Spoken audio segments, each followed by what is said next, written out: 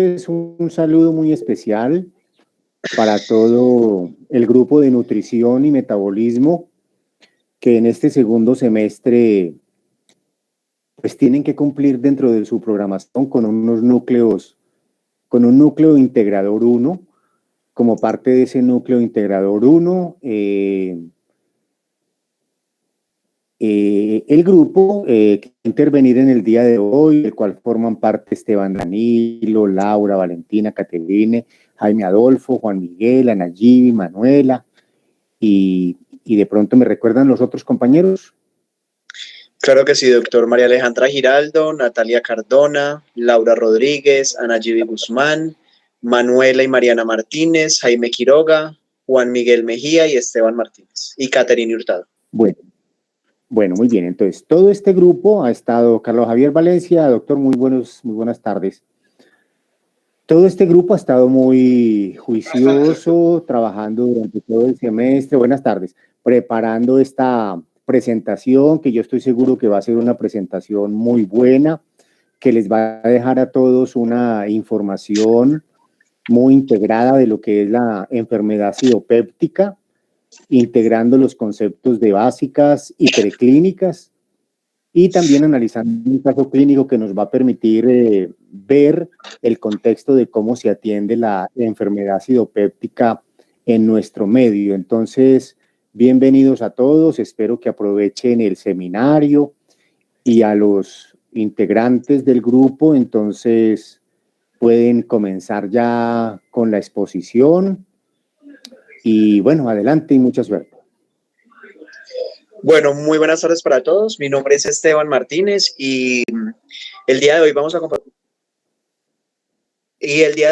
a compartir con ustedes nuestro trabajo núcleo integrador. Es relacionado con enfermedades acidopépticas. Nuestro asesor, como ya lo saben, fue el doctor Jorge Zuluaga. Para empezar, vamos a empezar hablando un poco acerca de la embriología del estómago y del duodeno. El plegamiento cefalocaudal y lateral del embrión permite que una porción del saco vitelino revestida de endodermo se integre al embrión y origine el intestino primitivo. Del intestino primitivo vamos a tener como resultado el intestino anterior y el intestino posterior. El estómago va a aparecer como una dilatación fusiforme del intestino anterior en la 4ª semana aproximadamente, muy cerca al divertículo respiratorio de la región torácica primitiva. Debido al crecimiento y cambio de posición de los órganos, a la elongación del esófago y al crecimiento rápido de la pared dorsal en relación con la pared ventral, la forma y la posición del estómago van a empezar a cambiar. Hay un fenómeno muy importante en la embriología del estómago y son las rotaciones.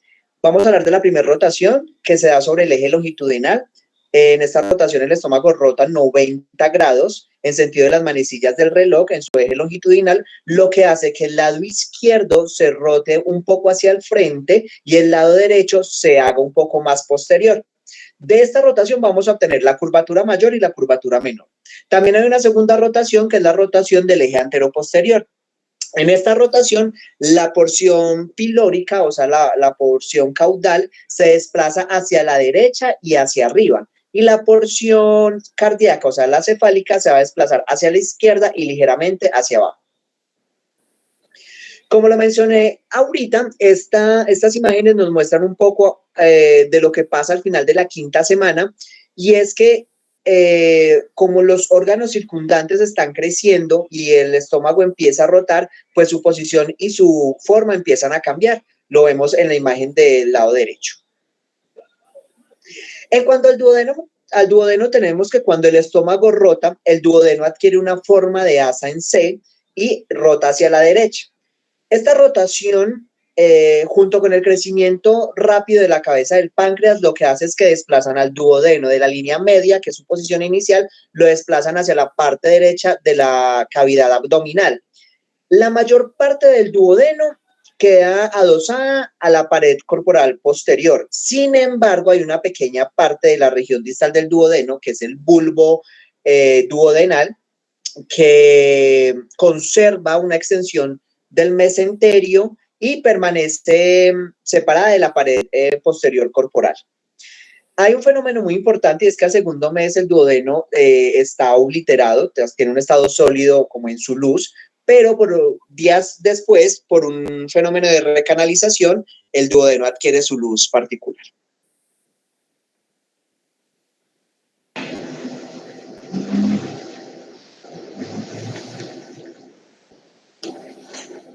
El componente anatómico es muy importante, ya que este nos permite tener un contexto y un entorno que nos va a ayudar a facilitar y a entender las demás temáticas que les vamos a explicar posteriormente. Para iniciar, vale la pena mencionar que el estómago es la porción expandida del tubo digestivo, que este se encuentra entre el esófago y el intestino delgado. El tamaño, la forma y la posición de este pueden variar de acuerdo a los hábitos corporales, es decir, nuestros biotipos, y también pueden variar de acuerdo a el contenido gástrico que se dé o a la posición que tenga la persona. Un ejemplo de esto es que en la posición supina, el estómago suele encontrarse en la región epigástrica umbilical del hipocondrio y flanco izquierdos. Y en posición erecta, el estómago se mueve hacia abajo. En los individuos asténicos, es decir, con poca musculatura y delgados, lo que sucede es que el estómago se puede extender hasta la pelvis. Con respecto a la ubicación, es importante que sepamos que el estómago está situado en el cuadrante superior izquierdo del abdomen. Ocupa parte del epigastrio y parte de la región umbilical y el hipocondrio izquierdo. Su forma, tamaño, posición y dimensiones pueden variar también de acuerdo a otras variables, como lo sería la edad, el sexo, la postura, el tono muscular y el momento fisiológico. Otro aspecto muy importante a tener en cuenta aquí es el tamaño del estómago. Este mide unos 25 centímetros de longitud en su eje longitudinal y 12 centímetros en su eje transverso, 8 centímetros en su eje anteroposterior y su capacidad de aproximadamente 1000 a 1500 centímetros cúbicos. Otro aspecto muy importante, la morfología, que esta la vamos a analizar tanto desde el aspecto morfología externa e interna.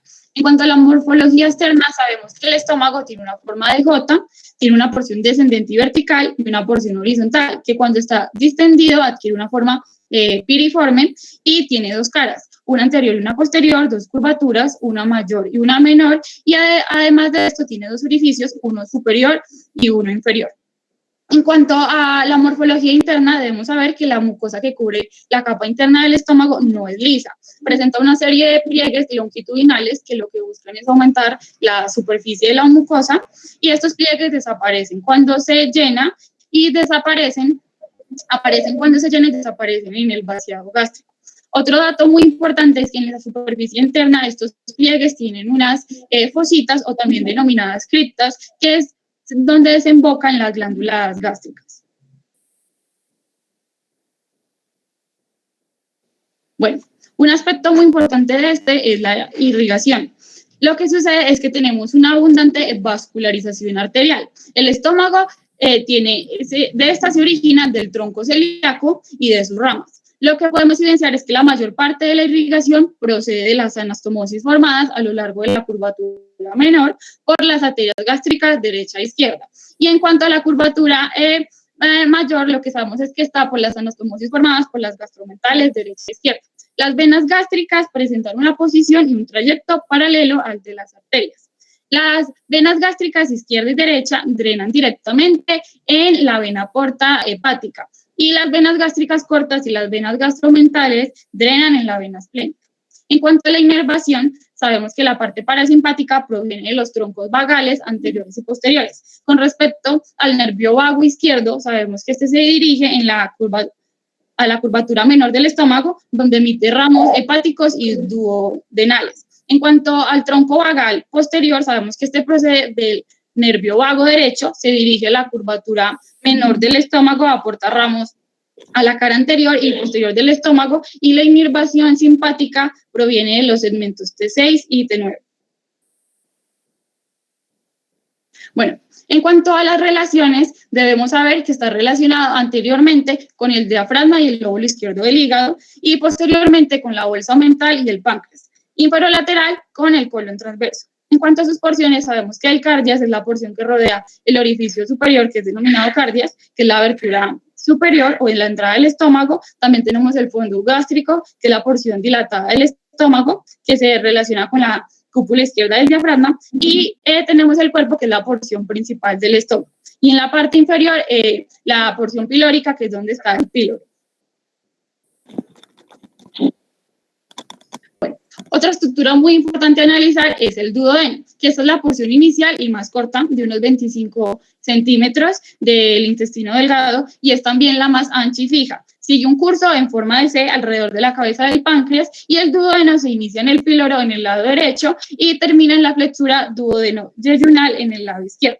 La mayoría del duodeno está fijado por peritoneo a estructuras de la pared posterior del abdomen y se considera parcialmente retroperitoneal, excepto 2,5 centímetros proximales. Otro aspecto muy importante de este son las porciones. Tenemos que tener en cuenta que tiene una porción superior, que es corta, de unos 5 centímetros aproximadamente, una porción descendente, que es la segunda porción, que es más larga, de 7 a 10 centímetros, una porción horizontal, que es la inferior, y es de 6 a 8 centímetros aproximadamente, y una porción ascendente, que es corta, de unos 5 centímetros.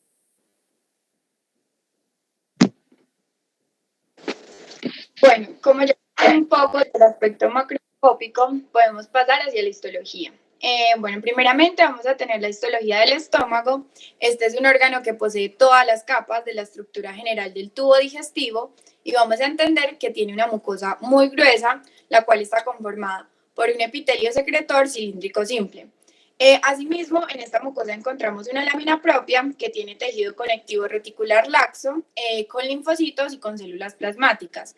También encontramos la muscular de la mucosa, que son fibras musculares lisas finas.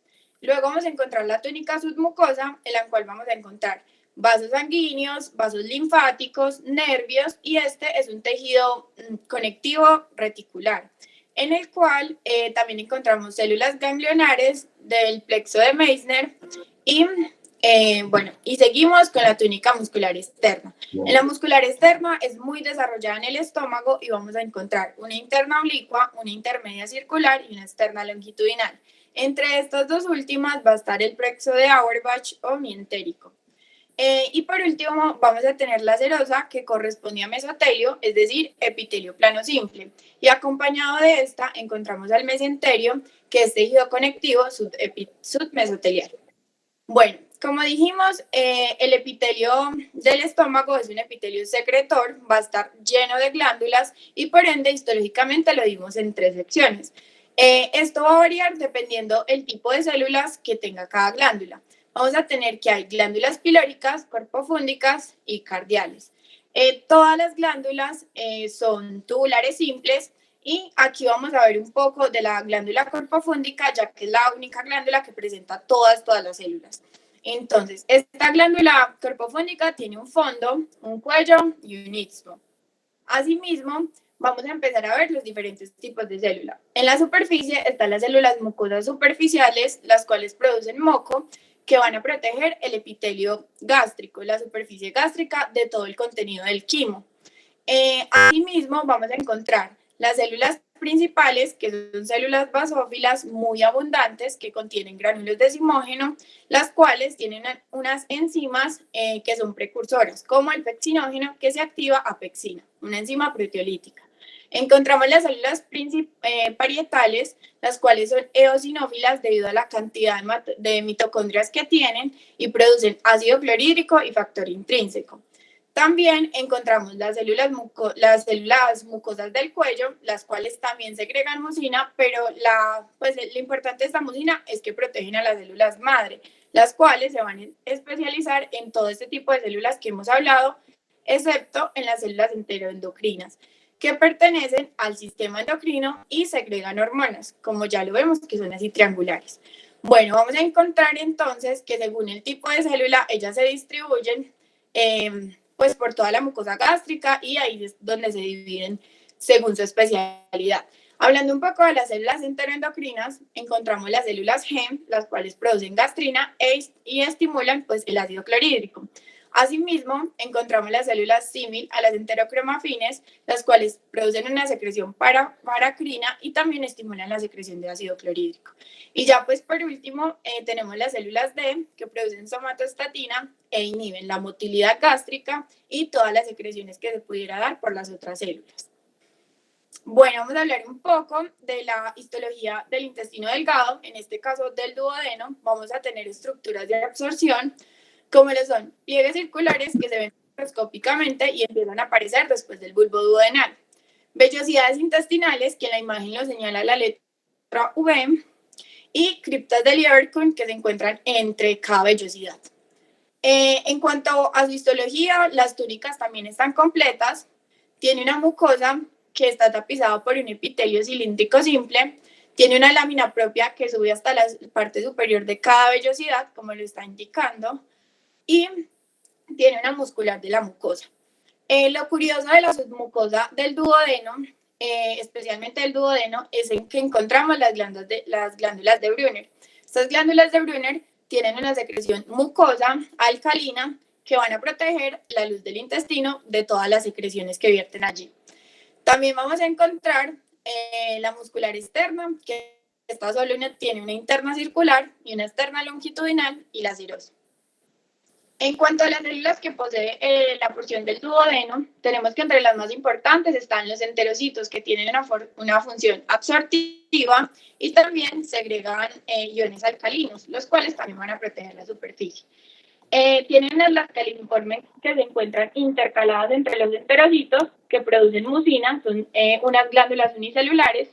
Tienen las células de Paneth, que son bactericidas, las células madre, que como mencionamos se especializan, y algunas, entre tantas células enteroendocrinas, tenemos las células S, que producen secretina, y células I, que producen colecistoquinina, que inducen el vaciamiento del jugo pancreático y la bilis. Y las células D, que cumplen la misma función, es decir, inhiben la motilidad y la secreción en esta parte del intestino. Bueno, finalmente vamos a hacer un contraste entre los factores protectores que encontramos en el estómago y en el duodeno. A la izquierda hay una imagen que nos muestra la unión esófago-gástrica, y vemos que desde el principio todo lo que tapiza el estómago son células mucosas superficiales que producen mocos de aproximadamente 1 milímetro cúbico de grosor. Hay un moco visible, que es una mucina unida por puentes disulfuro, que permite que el bicarbonato se mantenga concentrado.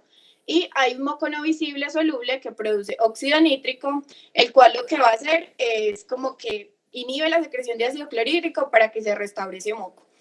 De la parte del duodeno vemos que entre cada vellosidad cambia un poco la cosa, es decir, las células caliciformes están intercaladas, no tapizan de manera uniforme. Los enterocitos producen los iones alcalinos y las glándulas de Brunner, como lo vimos anteriormente. Sin embargo, estos mecanismos a veces resultan ineficaces, y más en la primera porción del duodeno. Es por esto que las úlceras duodenales aparecen 3 centímetros después del píloro casi siempre, y se producen 4 veces más que las úlceras gástricas.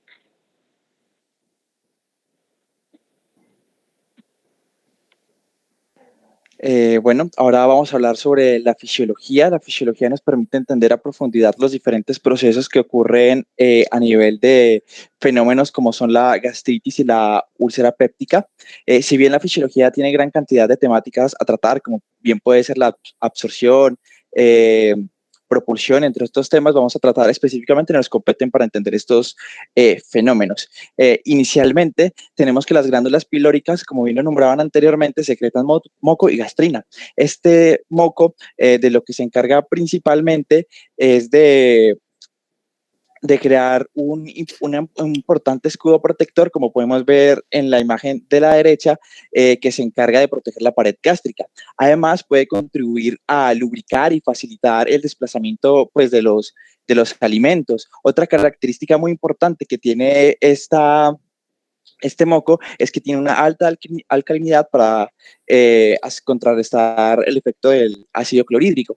Es muy importante resaltar que hasta el más leve contacto con los alimentos o inclusive aún más cualquier irritación de la mucosa, lo que va a provocar es una estimulación directa para secretar cantidades adicionales y copiosas de este moco. Tenemos que también existe un mecanismo básico de secreción del ácido clorhídrico por parte de las células parietales u oxínticas, que de lo que se encarga es que tras su estimulación, estas células secretan una solución muy ácida. Esta solución tiene un pH de 0,8, que demuestra su extremada acidez. Este ácido clorhídrico se forma, como vemos en la imagen de la izquierda, en proyecciones vellosas al interior de canalículos que después van a conducir esta solución por ellas hacia el exterior. Acá media la bomba de protones que veremos y analizaremos más adelante en la parte bioquímica.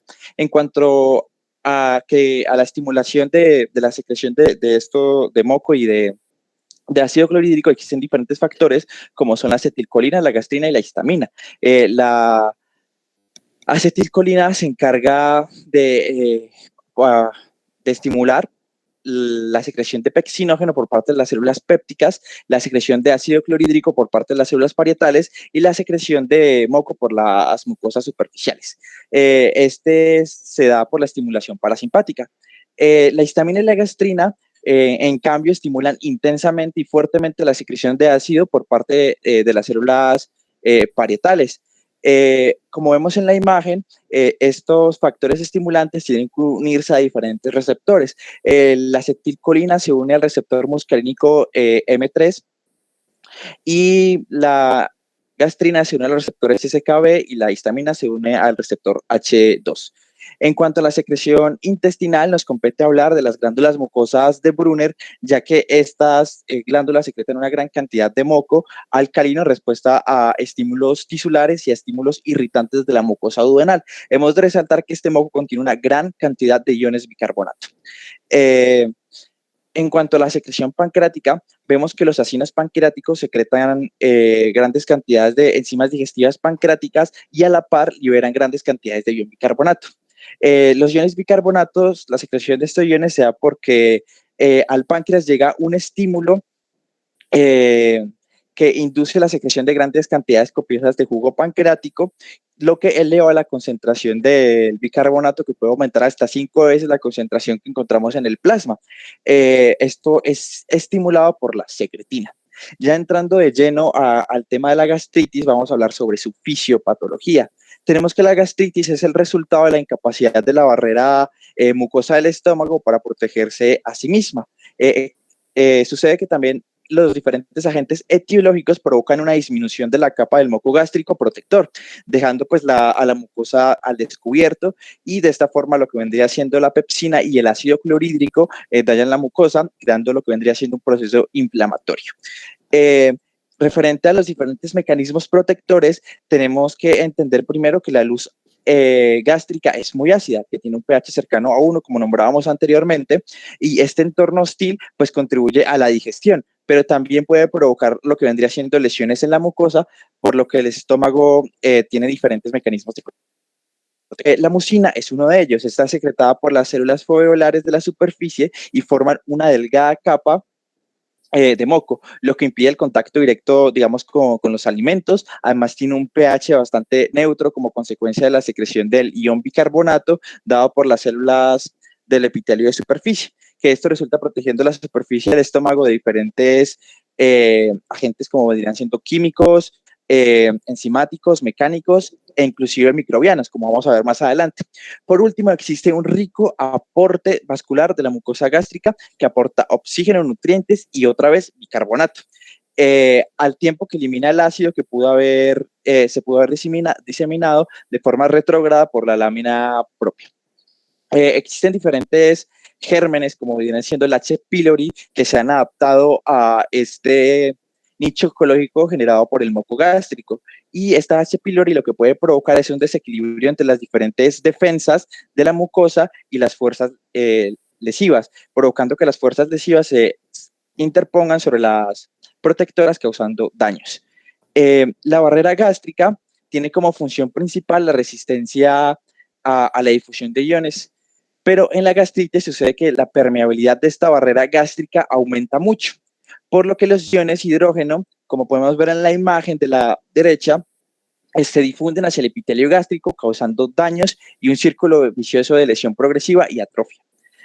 Además, podemos ver que la mucosa se hace vulnerable a la digestión péptica y son frecuentes las úlceras gástricas por este fenómeno. Hablando ya del tema de úlcera, vamos a describir su fisiopatología. En las lesiones de úlceras son zonas de escoriación de la mucosa gástrica o intestinal también, sobre todo por la acción digestiva del jugo gástrico o de las secreciones de la primera parte del intestino delgado. Esto tiene una causa básica que vamos a ver a continuación, que tiene que ver con un desequilibrio entre el ritmo de secreción del jugo gástrico y el grado de protección que proporcionan tanto la barrera mucosa gastroduodenal como la acción neutralizante de los jugos duodenales frente a este ácido gástrico. Tenemos que junto a esta protección que es otorgada por el moco, la mucosa duodenal también dispone pues, de una defensa que es derivada de la alcalinidad de las secreciones del intestino, como bien pueden ser los jugos pancreáticos y su bicarbonato. Es de importancia resaltar esta secreción pancreática, porque también aparte de neutralizar el ácido, inactiva la pepsina y evita la digestión de la mucosa. Asimismo, encontramos, como veníamos hablando, de importancia de las glándulas de Brunner, que se encuentran situadas en los primeros sitios y los primeros centímetros de la pared duodenal. Y también la bilis procedente del hígado, porque aporta grandes cantidades de bicarbonato. Por último, tenemos unos mecanismos de control por retroalimentación, que también ayudan a garantizar la completa neutralización del jugo gástrico. Tenemos el primer mecanismo que sucede que cuando se penetra un exceso de ácido en el duodeno se produce una inhibición refleja de la secreción y del peristaltismo gástrico por los nervios reflejos, y también hay una retroalimentación hormonal en el duodeno, por lo que el ritmo del vaciamiento gástrico disminuye. Como podemos ver en la imagen de la izquierda, se cierra el duodeno y acá el píloro, impidiendo el paso de esta sustancia lesiva. Como segundo mecanismo, tenemos la presencia de ácido en el intestino delgado, hace que la mucosa intestinal libere secretina. La secretina va a viajar por vía sanguínea y estimula una rápida secreción de jugo pancreático, que como ya hemos visto es muy rico en bicarbonato, de este modo que se disponga para neutralizar el ácido.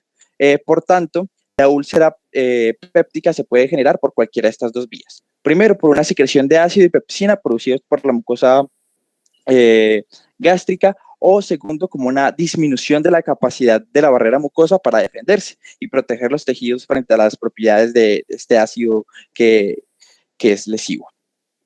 Tenemos también causas específicas, como bien puede ser la H. pylori, ya que esta bacteria rompe la barrera mucosa gastroduodenal y estimula la secreción del ácido gástrico. La bacteria penetra la barrera de la mucosa y gracias tanto a su capacidad de penetración como su capacidad de generar amonio que rompe dicha barrera y estimula también la secreción de ácido clorhídrico. En consecuencia, los fuertes ácidos y, como nombrábamos también la pepsina, van a alcanzar el epitelio subyacente y pues van a digerir literalmente la pared gastrointestinal, con la consecuencia de generar una úlcera. Existen otros tipos de causas. Inicialmente podemos decir que si encontramos un exceso de secreción de ácido clorhídrico, inclusive duplicando la secreción normal de esto, puede generar que se genere una úlcera. Esto se puede dar por diferentes factores, puede ser por una estimulación bacteriana, e inclusive se tiene en cuenta en los trastornos psíquicos. Esta secreción excesiva puede pues, provocar las úlceras pépticas. Otros factores que disponen a las úlceras van a ser el tabaco, que probablemente sea por su estimulación nerviosa a las glándulas secretoras. En cuanto al alcohol, podemos ver que también tiene una capacidad de disgregar la mucosa. Y por último, tenemos que medicamentos como el ácido acetilsalicílico y los AINES, los antiinflamatorios no esteroideos, van a provocar también una tendencia a romper esta barrera.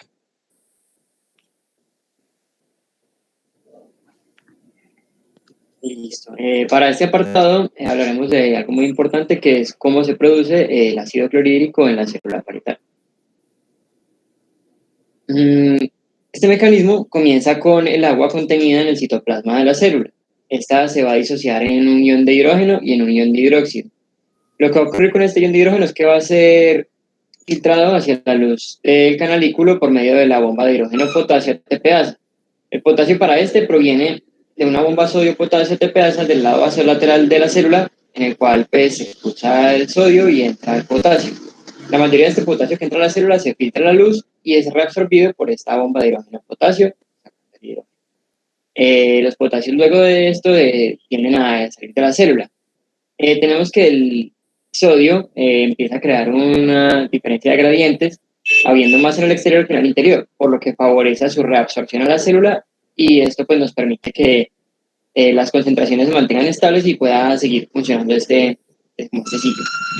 El hidróxido que se formó del agua, pues, que se disoció, se va a unir con un CO2 que puede provenir de la sangre o del metabolismo de la célula. Por medio de una acción de una anhidrasa carbónica, se van a unir y van a formar el bicarbonato. Este es importante para efectos posteriores. El bicarbonato también se va a intercambiar con un ion cloro y este va a entrar a la célula. El cloro va a ser pasado por un canal de cloro hacia la luz del canalículo y se va a unir con el hidrógeno para formar al final el ácido clorhídrico.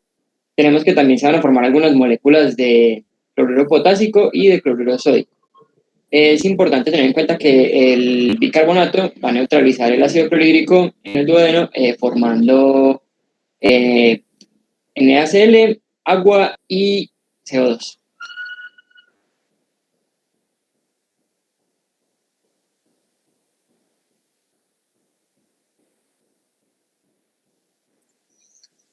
Bueno, ahora en la microbiología les voy a hablar de una bacteria muy importante en esas enfermedades acidopépticas, la cual es el Helicobacter pylori. Voy a describir las características generales que esta tiene y después voy a hablar de los factores que contribuyen a la colonización y al daño de la mucosa. Bueno, el Helicobacter pylori es una bacteria, un bacilo gram negativo, curvado, rarofílico, lo cual quiere decir que requiere niveles de oxígeno inferiores a los que se encuentran en la atmósfera. Este se encuentra en la mucosa gástrica, presenta una morfología en forma de espiral, en forma de sacacorchos cuando se encuentra en la mucosa gástrica y ya menos espiral cuando crece en medios artificiales. Tiene un tamaño de 0.5 a 1 micras de ancho y 3 micras de largo y presenta de 2 a 6 flagelos monopolares, los cuales son fundamentales para su movilidad y al igual que su membrana externa están cubiertos por una vaina lipídica, la cual parece tener la función de proteger de la degradación en el medio ácido. Este tiene una temperatura óptima de crecimiento de 37 grados centígrados, pero en caso de microaerofilia se puede desarrollar en un rango de 35 a 39 grados centígrados. Este origina una fuerte respuesta inmune, celular y humoral, en la cual no se va a lograr eliminar la infección, pero sí se va a generar un daño en el epitelio. Esta bacteria, Helicobacter, va a secretar unas toxinas, las cuales van a estimular que se secreten unos factores que van a ayudar a la inmunidad local, en los cuales van a participar inicialmente los neutrófilos y después vamos a tener una amplificación de la respuesta con los linfocitos y los macrófagos, los cuales van a secretar unos mediadores químicos. Lo que son el adenocarcinoma, el linfoma gástrico y la úlcera péptica surgen como consecuencia de esta inflamación crónica. Bueno, ahora sí les voy a hablar de los factores que contribuyen a la colonización de la mucosa gástrica. Tenemos inicialmente la ureasa, la cual es la enzima más abundante producida por el Helicobacter. El lugar en el que se localiza el Helicobacter es debajo de la mucosa, donde el pH se aproxima a la neutralidad. Entonces, el mecanismo que utiliza para sobrevivir a las bajadas de pH y para sobrevivir a estas bajadas que se dan debido a un daño mecánico o que se dan debido a la colonización es que acumula una gran cantidad de la enzima ureasa, que es una metaloenzima, y la acumula en el citoplasma y en el espacio periplásmico. Esta enzima lo que hace es que cataboliza la hidrólisis de la urea en amonio y dióxido de carbono, y el amonio es el que se va a encargar de aumentar el pH hasta 6 o 7, y esto va a permitir que la bacteria pueda sobrevivir en este medio y que pueda acceder hasta las células de la mucosa. Tenemos los sistemas antioxidantes porque, como había mencionado antes, estamos hablando de una bacteria microaerofílica, por lo tanto es vulnerable a la toxicidad del oxígeno. En la respuesta inmune que esta provoca se secretan ciertos metabolitos tóxicos de oxígeno, entonces por lo tanto este cuenta con los mecanismos para detoxificar y para reparar el daño causado. Tenemos también los flagelos, que ya los había mencionado antes, son de 2 a 6, monopolares, y pues la movilidad es fundamental para que esta bacteria pueda alcanzar las células de la mucosa gástrica. Tenemos las adhesinas. Helicobacter se une a las células epiteliales gástricas mediante unas adhesinas, las cuales utilizan una gran cantidad de receptores, entre los cuales participan los glicerofosfolípidos, sulfátidos, componentes de la membrana extracelular, secuencias repetidas de N-acetil-lactosamina o glicoconjugados. Tenemos también la adhesina A de Helicobacter pylori, que es una proteína muy importante. Esta funciona como adhesina y la cual se va a encargar de mediar la unión de glicoconjugados con ácido ciálido en las células epiteliales gástricas y también en la de los neutrófilos. Tenemos también la proteína de adhesión a los antígenos de Lewis. Los antígenos de Lewis son unos antígenos de tipo sanguíneo, los cuales son expresados por eritrocitos y por células epiteliales. Lo que pasa es que el Helicobacter se une con esta adhesina a las células epiteliales gástricas utilizando los antígenos de Lewis. Entonces, se ha comprobado cómo la unión del Helicobacter a este receptor de Lewis hace que se dé una respuesta inmune menos específica y que se desarrollen anticuerpos frente a las células productoras de ácido. Entonces, esto nos va a contribuir a que se dé una gastritis crónica y a que haya pérdida de células parietales. Y también se ha demostrado que la adherencia mediada por esta adhesina hace que se produzcan una distribución de unos factores de virulencia que van a dañar el tejido, y esto puede ser como causante de una úlcera o de un cáncer gástrico. Bueno, y otros factores que contribuyen al daño de la mucosa, tenemos la citotoxina vacuolante. Esta es una proteína que lo que hace es que induce la vacuolización de las células epiteliales, la muerte celular y también la destrucción de la integridad epitelial. Entonces, esta se ensambla en la bicapa lipídica, entonces va a traer unas sustancias alcalinas al interior y se va a formar un canal selectivo de aniones. Esto va a hacer que se atraiga agua por ósmosis, entonces esto va a originar una vacuolización alrededor del núcleo, posteriormente un estallido y muerte celular. Esta es expresada por el 50% de las cepas de Helicobacter pylori y se ve más en pacientes que tienen úlcera péptica o cáncer gástrico, y pues en los pacientes que solo padecen de gastritis casi no se ve. Y el último factor que tenemos es el lipopolisacárido. El lipopolisacárido de Helicobacter presenta una estructura con 3 dominios principales. Tenemos una cadena polisacárida externa o cadena específica O, un núcleo oligosacárido y el lípido A. La estructura química del lipopolisacárido del Helicobacter pylori, específicamente la cadena específica O, lo que hace es que pueden mimetizar los antígenos del grupo sanguíneo de Lewis. Y cuando esto sucede, se dice que son cepas que van a expresar el antígeno de Lewis. Como ya había mencionado antes, este está muy asociado a patologías más severas. Este lipopolisacárido nos explica la capacidad que tiene el microorganismo para provocar que el huésped pueda efectuar una respuesta inmunológica que sea eficaz, y por lo tanto la infección por Helicobacter puede prevalecer por mucho más tiempo.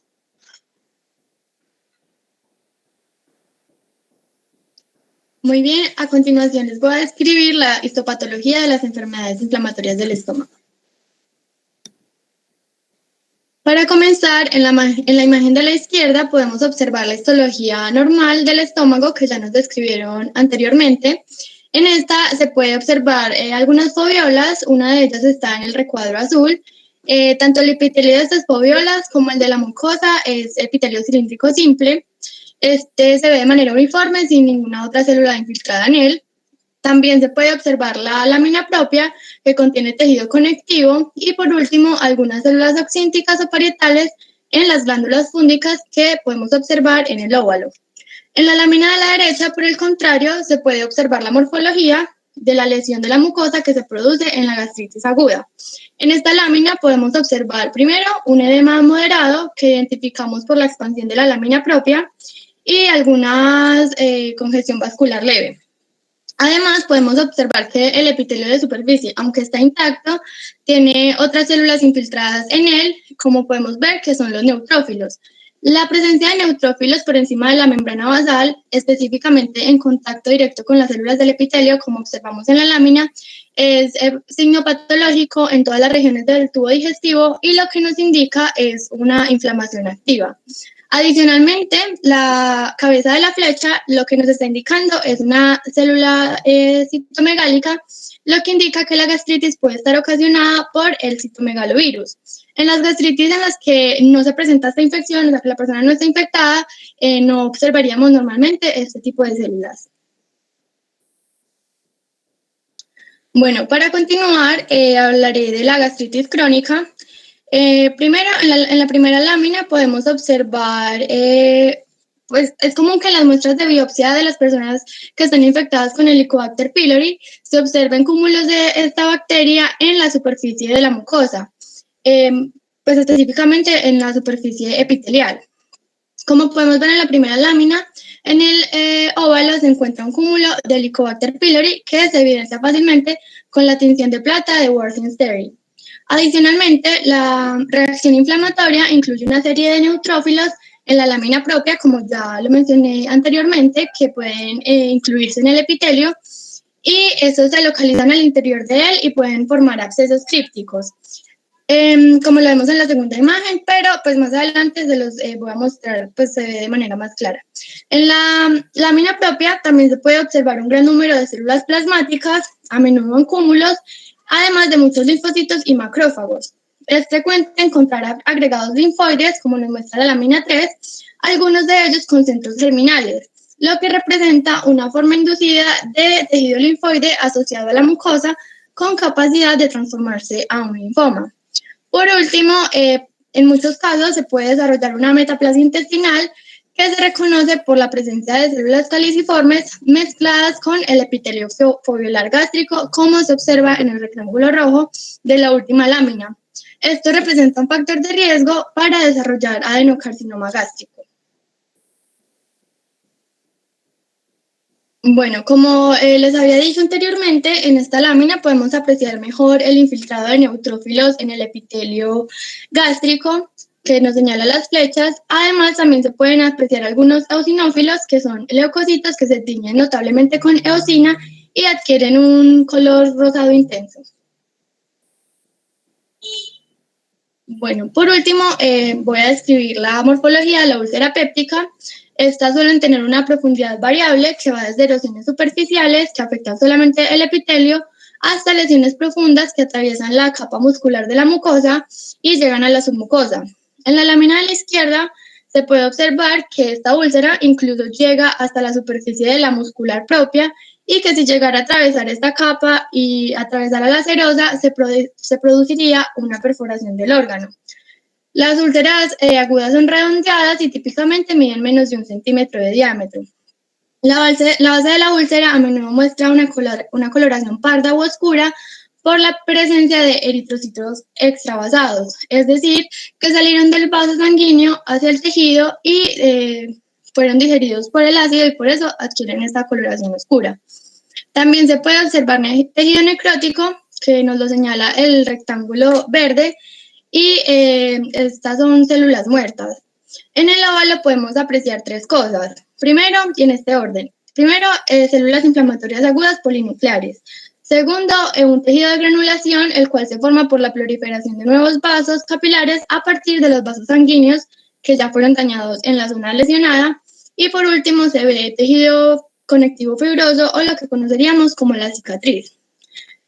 Como pueden ver en la imagen, las úlceras suelen estar muy bien delimitadas, o sea que la mucosa adyacente generalmente no presenta daños, aunque sí puede encontrarse una sufusión de sangre o hiperemia que en la mucosa y en la submucosa, que en la imagen podemos observar en el círculo azul. También podemos encontrar algún grado de reacción inflamatoria denotado por los nódulos linfoides que apreciamos en el rectángulo amarillo. Y por último, en la imagen de la derecha, que es como un zoom de la lámina de la izquierda, se puede ver mejor el exudado purulento, que consiste en fibrina con un infiltrado de neutrófilos denso.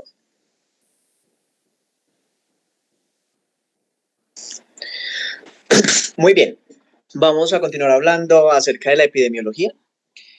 Tenemos que decir que en el Estudio Nacional de Salud de Colombia no se contempló la enfermedad acidopéptica en forma aislada para cálculo de la prevalencia. Solamente se hace referencia a la morbilidad general de enfermedades digestivas, con una tasa del 9.9% en el Instituto Nacional de Seguros. Es muy importante mencionar dos apartados. El primero es el H. pylori, es el principal agente etiológico de diversas patologías del tracto gastrointestinal e infecta aproximadamente a la mitad de la población mundial, según Fernández 2014. También tenemos otro apartado, la prevalencia es menor en países desarrollados entre el 20 y el 40% y mayor en países en desarrollo entre el 70 y el 90%, siendo la distribución en este último grupo de países el 50% en niños menores de 5 años y el 90% en poblaciones adultas, Ramírez 2015. Entonces vemos que tiene una prevalencia en personas adultas. Como lo dije anteriormente, en el Estudio Nacional de Salud de Colombia no se contempló la enfermedad acidopéptica en forma aislada para el cálculo de la prevalencia.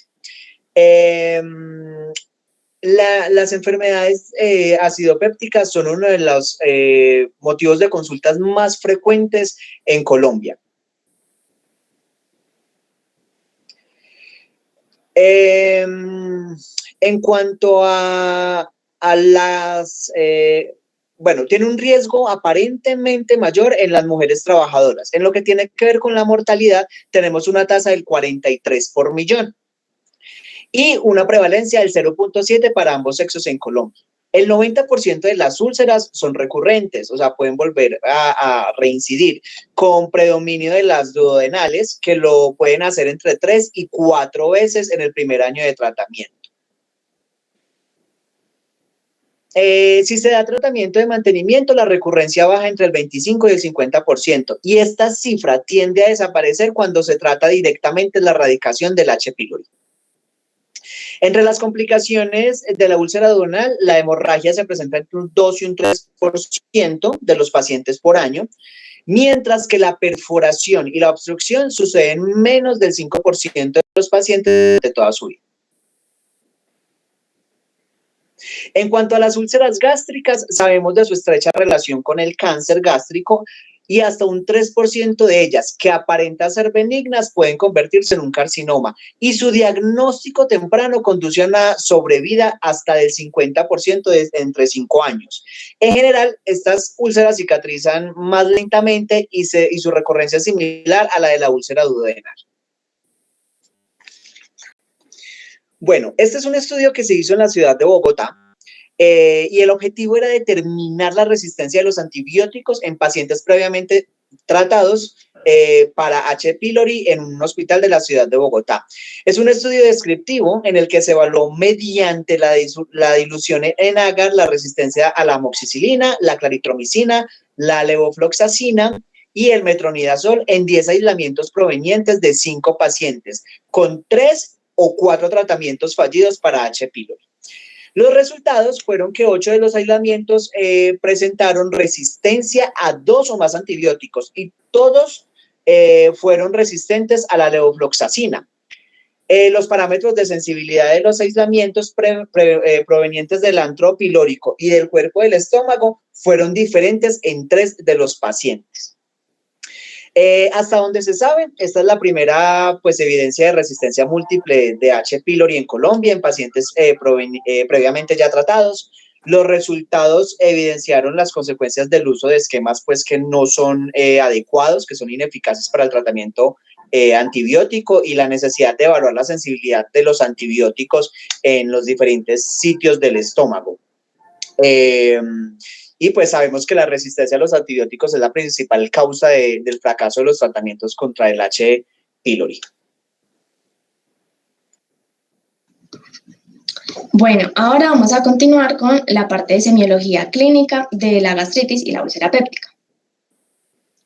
En cuanto a la úlcera péptica, vamos a ver que sus manifestaciones incluyen epigastralgia postprandial periódica, la cual, si aparece de 1 a 2 horas después de las comidas, vamos a decir que es una epigastralgia precoz.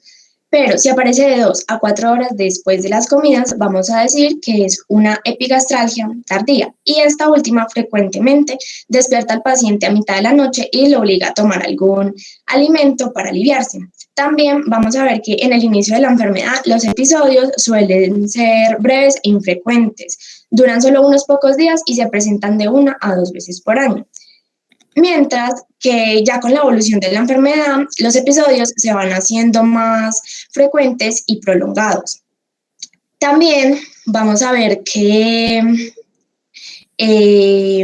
la acidez es uno de los síntomas más frecuentes de la úlcera, ya sea que se presente con dolor o no, es referido por el paciente como un ardor epigástrico o pirosis. También vamos a ver que si tenemos un paciente con epigastralgia tardía y si es un dolor a la medianoche, probablemente tenga una úlcera duodenal. Otra cosa importante a tener en cuenta es que en los ancianos los síntomas ordinarios, especialmente el dolor, se presentan de una forma menos característica, es decir, que en ellos puede que no se presente dolor o que se presente una ligera molestia. Otras manifestaciones que vamos a encontrar son la hematemesis, las melenas, la pérdida de peso y la anorexia. En cuanto a la anamnesis, esta se basa en la investigación del dolor, en sus características, su forma de presentación y su relación con las comidas. También es importante preguntar acerca de los antecedentes familiares, de si el consumo de antiinflamatorios u aspirinas. También preguntar acerca del consumo de bebidas alcohólicas, el tabaquismo y el consumo de café. Otro aspecto a preguntar sería en cuanto a esos episodios similares que hayan ocurrido anteriormente y que hayan evolucionado sin gravedad o que hayan pasado casi desapercibidos. También sería viable preguntarle al paciente el tipo de alimento que consume habitualmente y si respeta los ritmos de desayuno, almuerzo, merienda y cena.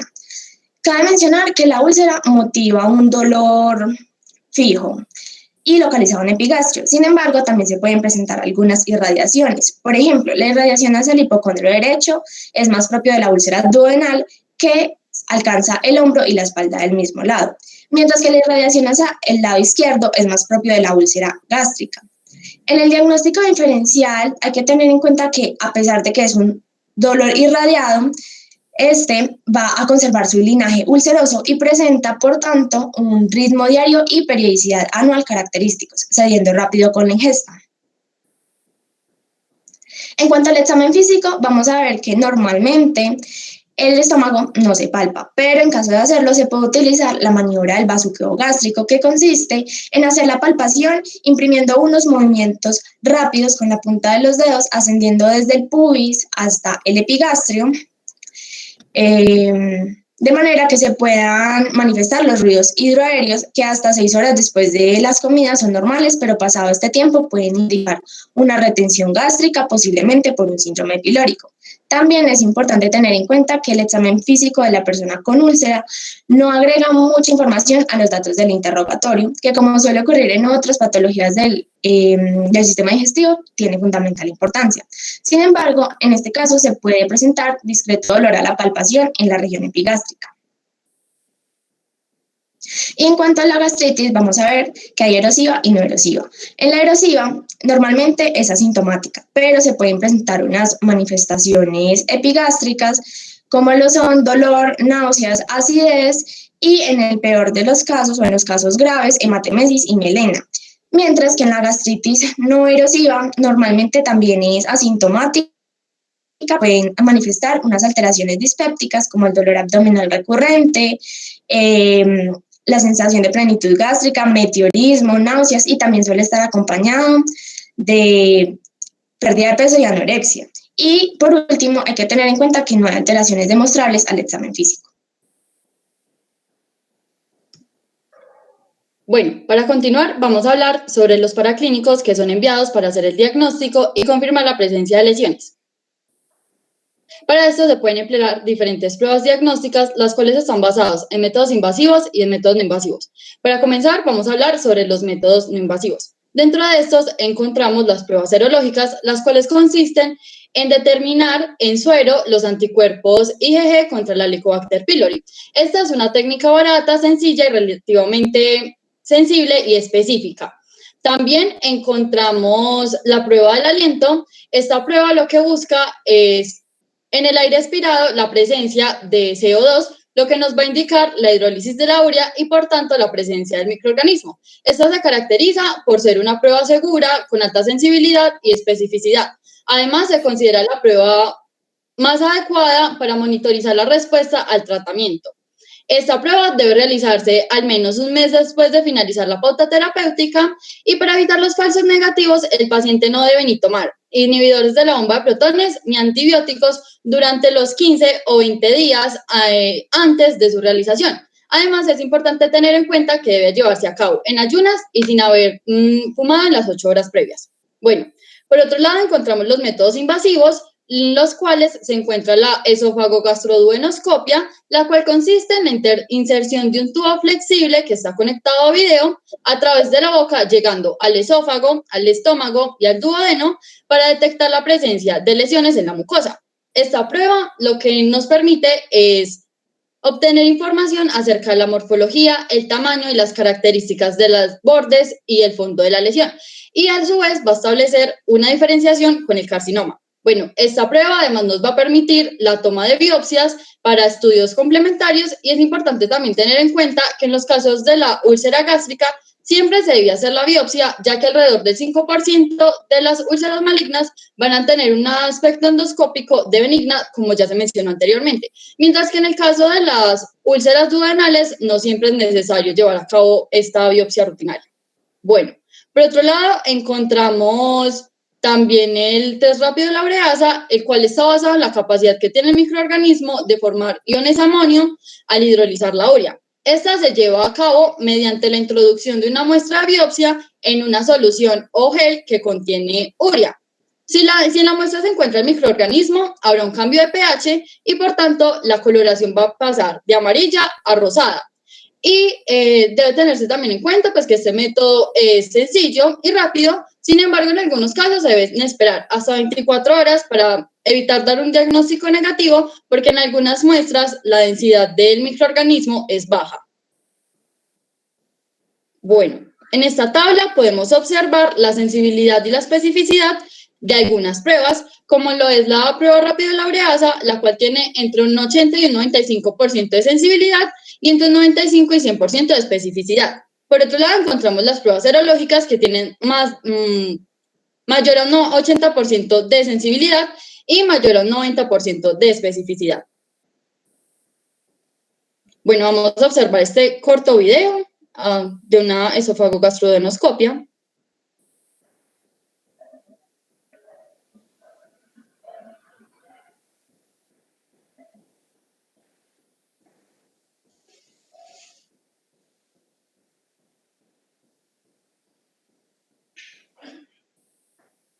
Bueno, en este video pudimos observar cuál es el aspecto de las lesiones, cuáles son los aspectos y morfología de los bordes y el fondo de las lesiones.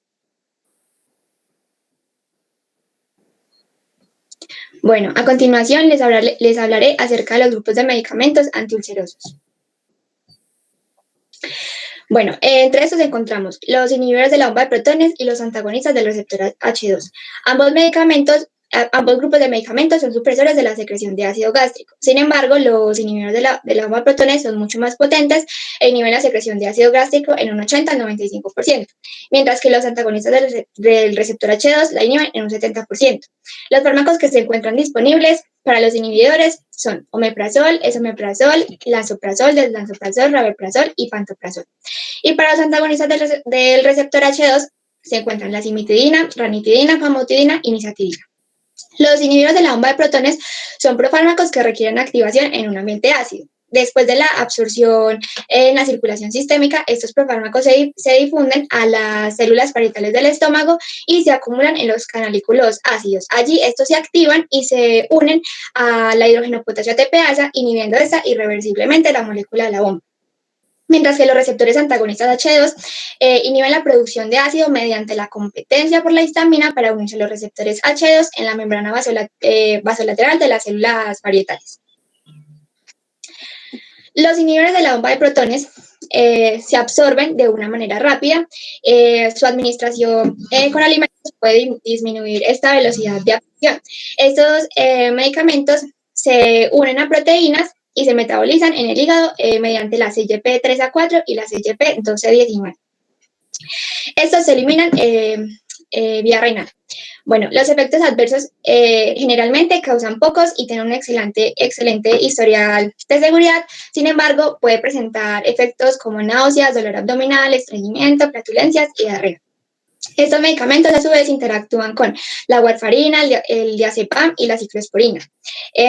Un uso crónico de este grupo de medicamentos tiene un mayor riesgo a que pueda ocurrir una fractura ósea y una mayor susceptibilidad a las infecciones.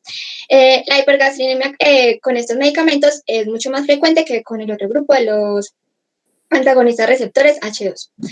Bueno, respecto a los receptores antagonistas H2, estos se absorben rápido después de la administración oral, con concentraciones máximas en 1 a 3 horas. Los niveles terapéuticos se alcanzan de forma rápida y se mantienen de 4 a 5 horas con la cimetidina, de 6 a 8 horas con la ranitidina y de 10 a 12 horas con la famotidina. El metabolismo hepático representa una pequeña fracción del aclaramiento y estos medicamentos se excretan mediante los riñones. También tiene baja incidencia de efectos adversos, sin embargo, también se pueden encontrar como diarrea, estreñimiento, somnolencia, dolor muscular, dolor de cabeza y fatiga. Bueno,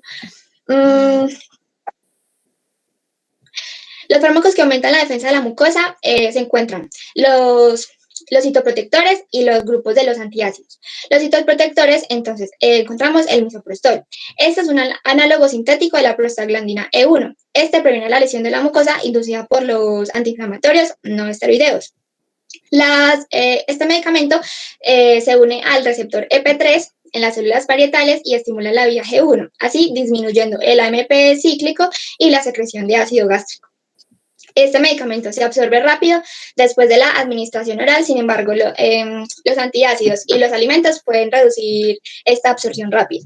El efecto terapéutico máximo se alcanza a la hora o a la hora y media y este puede durar hasta 3 horas.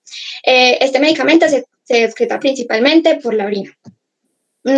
El misoprostol es rara vez utilizado debido a sus efectos secundarios como la diarrea y los calambres. Bueno, también está a su vez contraindicado en mujeres que tienen en edad fértil y en embarazo, ya que puede aumentar la contractibilidad uterina. En sucralfato, el otro medicamento del grupo de los citoprotectores inhibe la hidrólisis mediada por la pepsina, las proteínas de la mucosa. A su vez, estimula la producción de prostaglandina E2, el factor de crecimiento epidérmico y el moco gástrico. En un ambiente ácido, genera un polímero viscoso que se adhiere a las células epiteliales y a los cráteres ulcerosos. Este medicamento se absorbe del 5% del disacárido y el 0.02 de aluminio a través de la mucosa. A su vez, este medicamento no se metaboliza, por lo tanto se elimina el 90% por las heces. El efecto adverso más común de este es el estreñimiento, alrededor del 2%. El otro grupo son los antiácidos. Estos son bases débiles que reaccionan con el ácido clorhídrico del estómago, formando una sal y agua, así elevando el pH gástrico y disminuyendo la actividad protolítica de la pepsina. Los antiácidos conocidos que se encuentran dentro de este grupo son bicarbonato de sodio, carbonato cálcico, hidróxido de magnesio e hidróxido de aluminio. Su farmacocinética varía dependiendo del antiácido, sin embargo, estos se eliminan del estómago en aproximadamente 30 minutos. Se sabe que el bicarbonato de sodio es muy soluble en agua y se absorbe rápido en el estómago. Las combinaciones tanto del hidróxido de magnesio como del hidróxido de aluminio proporcionan una capacidad de neutralización mucho más equilibrada. Y el uso de estos dos medicamentos juntos contrarrestan los efectos adversos. Bueno, entre los efectos adversos, pacientes que tienen insuficiencia renal, el aluminio contribuye a la osteoporosis, a la encefalopatía y la miopatía proximal. Y alrededor del 15% del calcio absorbido puede contribuir a una hipercalcemia transitoria. Bueno, los antibióticos usados para el tratamiento de la Helicobacter pylori voy a hablar de los más frecuentes, entonces los más usados. Entonces, la amoxicilina es un antibiótico del grupo de las aminopenicilinas. Este fármaco se une a los receptores de la pared bacteriana y las enzimas autolíticas de la pared se unen a la proteína a las que se une la penicilina. Una vez activadas, estas enzimas dañan el componente peptidoglicano de la pared, lo debilitan y pues genera la lisis del microorganismo. Este medicamento tiene una biodisponibilidad oral del 80%, alcanzando el nivel plasmático máximo al cabo de 1 hora y media. El metabolismo es parcialmente en el hígado y se excreta por filtración glomerular y secreción tubular. Bueno, la vida media de este medicamento varía entre media hora y 1 hora. Entre sus efectos adversos se pueden encontrar anafilaxia, urticarias, erupciones, fiebre, hepatitis y puede tener reactividad cruzada con las cefalosporinas. Este medicamento se contraindica en pacientes con antecedentes de hipersensibilidad a cualquier penicilina y sus interacciones principales son con el metotrexato, con algunas vacunas, anticoagulantes orales y anticonceptivos orales. La claritromicina es un antibiótico de los grupos de los macrólidos. Este fármaco penetra la pared de la bacteria y se liga a la subunidad ribosómica 50S en el interior de la bacteria, y así inhibiendo de modo reversiblemente la síntesis proteínica. Este medicamento se absorbe rápido, aproximadamente en un 40 o un 50%. Se metaboliza en el hígado y se elimina por la orina y por las heces. Entre sus efectos adversos encontramos efectos tóxicos del tubo digestivo como náuseas, vómitos, diarrea o cólicos. Bueno, esto está contraindicado en personas con hipersensibilidad a macrólidos y sus interacciones es fuertemente con los medicamentos que se metabolizan mediante la CYP3A4, pudiendo causar que se potencien estos efectos como los de la carbamazepina, corticosteroides y fosforinas. Bueno, el metronidazol es un antiinfeccioso del grupo nitroimidazólico. Este actúa alterando el ADN e impidiendo su síntesis, generando pues la muerte celular.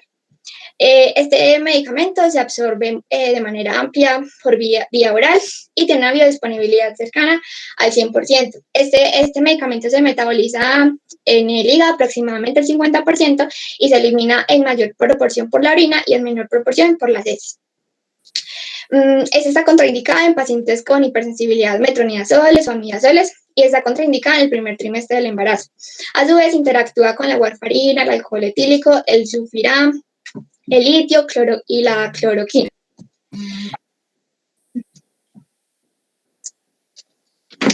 Bueno, los antibióticos usados para el tratamiento de la Helicobacter pylori. Entonces, continuando con esto, encontramos la tetraciclina y la ciprofloxacina. La tetraciclina hace parte del grupo de las tetraciclinas. Este inhibe la síntesis de proteínas bacterianas y se une a las subunidades 30S de los ribosomas, impidiendo la adición de los aminoácidos a la cadena peptídica. Este fármaco se absorbe de manera rápida y tiene una biodisponibilidad oral del 77%. Su metabolismo es a nivel hepático y se elimina por filtración glomerular y su segunda vía de eliminación a su vez por la bilis. Entre los efectos adversos se encuentran exantema, anafilaxia, urticaria, fiebre, hepatitis y relacionados con la dosis puede ocasionar náuseas, vómitos o diarreas. Está contraindicado en hipersensibilidad a tetraciclinas o cualquier componente de su fórmula y a su vez durante el último trimestre del embarazo, debido a que pues, puede interferir con el desarrollo de la formación del esmalte y la pigmentación dental. Este puede interactuar con medicamentos como la warfarina y digoxina, ya que pueden aumentar sus efectos y disminuir los efectos de antiácidos, de sales de bismuto y carbonato de sodio. Finalmente, la ciprofloxacina es un antibiótico del grupo de las fluoroquinolonas. Este inhibe la ADN girasa, que es la enzima que se ocupa de desenrollar el ADN para la transcripción, para después rehacer la hélice durante la replicación de la bacteria. Esta pues debe llegar al núcleo para desencadenar todos esos efectos. Bueno, este medicamento se absorbe de manera buena por el tracto gastrointestinal, tiene una distribución amplia en los tejidos, se metaboliza menos del 20% en el hígado y se elimina a través de la orina aproximadamente el 60%. Entre sus efectos adversos se pueden encontrar náuseas, vómito, diarrea o prolongación del intervalo QT. Y entre las contraindicaciones hay hipersensibilidad a las quinolonas, fluoroquinolonas o menores de 18 años. Y puede tener interacciones con fármacos o suplementos minerales como cationes multivalentes.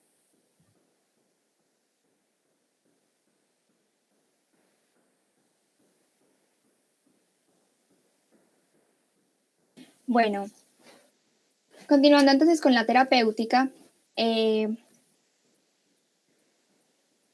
bueno, el tratamiento para la úlcera duodenal y gástrica depende pues de la causa, ¿cierto? Y generalmente implica eliminar la bacteria Helicobacter pylori si está presente, abandonar o reducir el uso de los medicamentos antiinflamatorios no esteroideos, y ayudar a que la úlcera se cure con medicación. Bueno, entonces tenemos en esta tabla los grupos farmacológicos, los inhibidores de la bomba de protones y los antagonistas del receptor H2, que se indican principalmente para promover la cicatrización de las úlceras gástricas, duodenales y para el tratamiento de la enfermedad por reflujo gastroesofágico. Bueno, entonces tenemos un ejemplo del inhibidor, el omeprazol, que se presenta en cápsulas y en ampollas. Se indican en la úlcera duodenal, en los adultos una dosis de 20 miligramos al día, media hora o una hora antes de las comidas durante 4 a 8 semanas o intravenosa 40 miligramos al día. Un ejemplo del antagonista receptor H2, la famotidina, se encuentra en una presentación de tabletas y se indica en la úlcera gástrica y duodenal. En los adultos una dosis, en terapia aguda 40 miligramos al día antes de acostarse durante 4 a 8 semanas. Y una dosis de mantenimiento de 20 miligramos al acostarse al menos durante un año. Bueno, en cuanto a los antiácidos, estos se deben administrar generalmente en forma de suspensión, ya que tienen una mayor capacidad de neutralización del ácido que las formas de dosificación en polvo o en tabletas. Bueno, un ejemplo de este es el hidróxido de aluminio y de magnesio, que se presenta en suspensión o en tabletas, como les dije, y una dosis en los adultos, una cucharada de suspensión de 10 a 20 miligramos una hora después de las comidas y al acostarse, o una tableta masticable hasta 3 o 4 veces al día. En cuanto a los protectores de la mucosa, tenemos el misoprostol y el grado de inhibición de la secreción de ácido gástrico está relacionado directamente con su dosis. Se presenta en tabletas de 200 microgramos y se indica en la prevención de úlceras gástricas inducidas por AINE en los adultos, una dosis de 200 microgramos 4 veces al día con los alimentos y antes de acostarse. También se indica en la úlcera gástrica o duodenal, los adultos 100 a 200 microgramos, también 4 veces al día, con los alimentos y antes de acostarse. El sucralfato, debido a que se activa con el ácido gástrico, debe tomarse con el estómago vacío una hora antes de las comidas. Tiene una presentación en tabletas de 1 gramo, se indica en el tratamiento coadyuvante en la úlcera duodenal. Una dosis de 1 a 4 gramos al día, dividido en 4 tomas, cada 6 horas con el estómago vacío durante 4 semanas para una úlcera duodenal. Bueno, en cuanto al tratamiento del Helicobacter pylori, se deben tener en cuenta 5 consideraciones importantes. Primero, que un solo antibiótico es ineficaz para erradicar la Helicobacter, la infección por Helicobacter, y se asocia con resistencia. Por esto es indicado administrar 2 antibióticos hasta 3 antibióticos con un inhibidor de la bomba de protones. Un inhibidor, entonces, mejora de forma significativa con amoxicilina y claritromicina. Un tratamiento de 7 a 14 días tiene un mejor resultado que los que son de menos tratamiento, menor duración. El cumplimiento deficiente del paciente está relacionado entonces con los efectos secundarios, con la medicación experimentada. Y la resistencia a la claritromicina y al metronidazol se asocia, es un factor importante en la incapacidad de erradicar la Helicobacter pylori. Y en presencia in vitro de esta resistencia al metronidazol se debe hacer un cambio por amoxicilina. Bueno, en cuanto a los esquemas para erradicar la bacteria, entonces tenemos tratamientos de primera línea, segunda línea y tercera línea. El tratamiento de primera línea indica entonces un inhibidor de la bomba de protones con 3 antibióticos. En segunda línea tenemos 3 opciones de esquema. Podemos usar un inhibidor de la bomba de protones con bismuto, 2 antibióticos. Y en la tercera línea encontramos que se realiza como alternativas de segunda línea de tratamiento que no se hayan usado anteriormente. En el cuadro de la derecha encontramos las dosis que se pueden usar estándar para dichos inhibidores de la bomba de protones. Bueno, en cuanto al seguimiento después del tratamiento, por lo general estas úlceras se curan, tienen éxito y resulta que las úlceras que no se curan se denominan úlceras refractarias y puede deberse a que los pacientes no toman los medicamentos de acuerdo a las instrucciones, usan regularmente el tabaco o antiinflamatorios no esteroideos y aspirinas que lesionan la mucosa. Con menos frecuencia, las úlceras refractarias pueden ser el resultado de una producción excesiva de ácido estomacal, como ocurre en el síndrome de Zollinger-Ellison o un cáncer de estómago. Por esto es importante hacer una endoscopia antes de iniciar un tratamiento farmacológico debido a que se puede enmascarar el dolor. Y si se tiene una complicación de una úlcera como un sangrado, una perforación, obstrucción, la respuesta pues el tratamiento médico bien instaurado resulta pues cambiar por una cirugía que se fundamenta en la localización de la úlcera. Listo. Es muy importante tener en cuenta el estilo de vida en estos pacientes para ayudar a primero a curar la cicatrización y a la prevención de que ocurran esas úlceras. Se debe optar por una dieta saludable con frutas, verduras, especialmente vitamina A y E, y como mencionaba mi compañera Laura, que sea una dieta organizada, corriente, 3 comidas diarias y con un horario regular. Considerar entonces también cambiar los analgésicos, como los AINES que lesionan la mucosa, y controlar el estrés. Es importante, pues, a veces no se puede controlar el estrés, pero sí podemos optar por técnicas como el ejercicio, musicoterapia, o si es el caso de un estrés académico, administrar el tiempo, establecer objetivos y mantener una actitud positiva. Es decir, nuestra predisposición mental que nos ayuda que nos brinda una situación de control y nos libera de emociones negativas y desagradables. Bueno, no fume porque puede hacer que el estómago irrite la mucosa del estómago, interfiera con este revestimiento y pues sea más vulnerable a la formación de una úlcera y a la producción de ácido. Trate de dormir, evite el alcohol, ya que pues puede causar irritación, erosiones y pues por ende una inflamación y sangrado. Y trate de dormir lo suficiente, ya que pues ayuda a contrarrestar el estrés y también es importante no comer antes de irse a dormir. Bueno, en la medicina alternativa, como ya hablamos, el tratamiento farmacológico, en la actualidad también se usa esta medicina que consiste en el uso de zinc, ya que puede ayudar a eventualmente disminuir el tamaño de una úlcera y promover la curación. El consumo de la linaza, que aumenta la producción de moco gástrico, disminuye lesiones de las úlceras y tiene un efecto regenerador sobre la mucosa. Además, ayuda en las pacientes que tengan la úlcera gástrica a disminuir la acidez y la tasa de vaciado del contenido gástrico. Está constituido además por metabolitos con propiedades gastroprotectoras como son los taninos, la saponina, los trierpenos y el mucílago. Y para finalizar esta parte, los fitofármacos que se han usado como terapia a nivel mundial, estos, como el ejemplo de la Rhizopora mangle, ha tenido un desarrollo de una farmacéutica sólida, la cual es un medicamento en el espectro antiulceroso con amplia ventaja económica al manifestar diversos mecanismos de acción como citoprotector, antisecretor, inhibidor de la disminución de la prostaglandina E y antibacteriano, lo que lo hace competitivo entonces con otras terapias triples y cuádruples que se usan actualmente.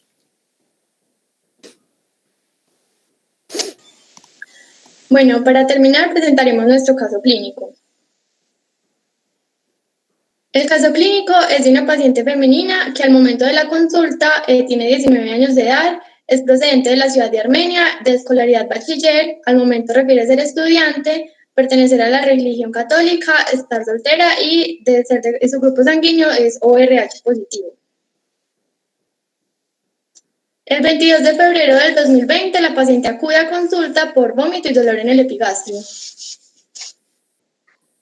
Bueno, como enfermedad actual tenemos que se presenta una paciente femenina de 19 años de edad que asiste a consulta externa por cuadro clínico de 3 días de evolución, caracterizado por múltiples episodios eméticos precedidos por náuseas que iniciaron súbitamente posterior a la ingesta de alimentos después de un ayuno prolongado. Simultáneamente presenta hemesis postprandial de consistencia líquida, color amarillo, volumen variable, sin contenido alimentario.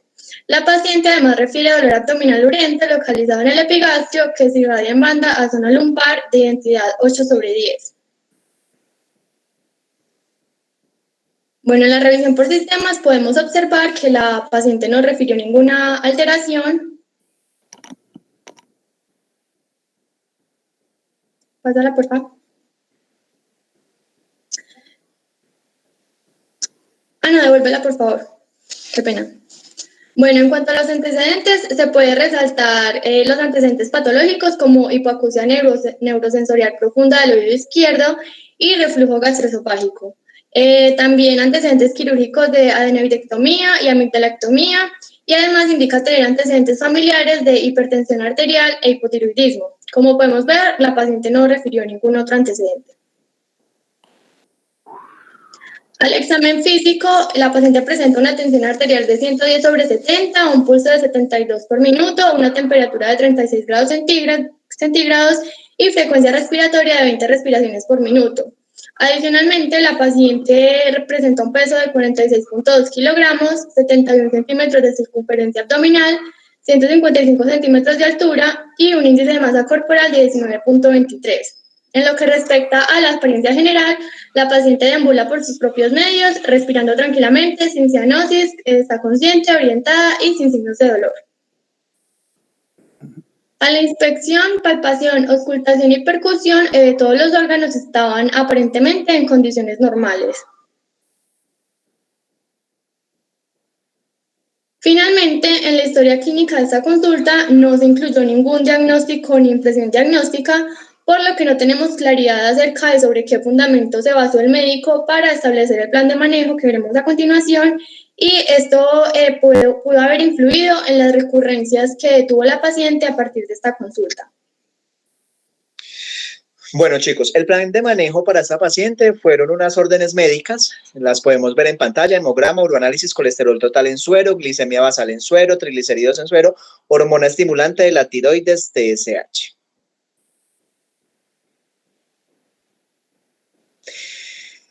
El 7 de marzo la paciente acude a la entrega a realizarse sus exámenes. Ese mismo día se los entregan y el 28 de marzo le hacen lectura de los exámenes de laboratorio.